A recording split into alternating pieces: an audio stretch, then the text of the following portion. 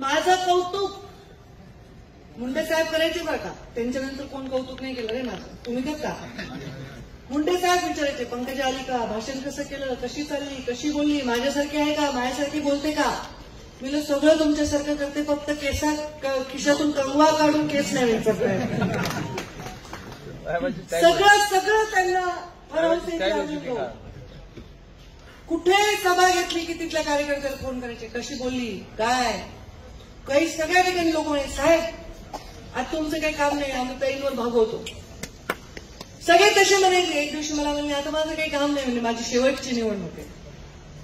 एकदा म्हणले, दोनदा म्हणले, तीनदा म्हणले. म्हणलं बाबा सारखं सारखं असं का म्हणायला, तुम्ही शेवटची निवडणूक आहे.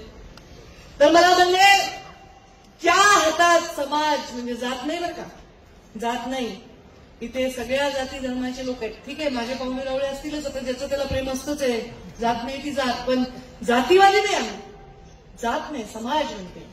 ज्या समाज ज्या हातात द्यायचा आहे ते हात तयार झाले. आता मला काही टेन्शन नाही, मी माझा पुढची निवडणूक लढणार नाही, मी रिटायर होणार आहे, मी तुझ्या घरी येऊन राहणार आहे, तू म्हणणार म्हातारा खोकायलाय, मला त्रास झाला, अशी गंमत करायची माझी, आणि मला ती सेवाच करायला नाही. साहेबांना जेव्हा लागलं असं आपल्याला कळलं असतं आणि म्हणले असते की मुंडे साहेबांना 2 बाटल्या रक्त पाहिजे, 2 कोटी बाटल्या रक्त तिथे तयार झालं असतं. तो संधीच नाही मिळाली, संधी नाही मिळाली. तेव्हा मी राजकारणात काम करते बघा. राजकारण आहे, राजकारण म्हणजे गढूळ पाण्यात कपडे धुण्यासारखे. त्याच्यात पुन्हा मी त्रुटी फिरवून फिरवून किती फिरवू.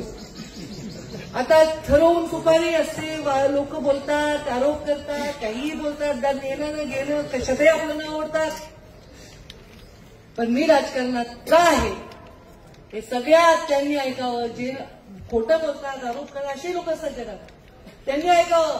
ज्यांचं स्वतःच्या वडिलांवर प्रेम आहे आणि ज्यांनी स्वतःच्या वडिलाला गमावलंय.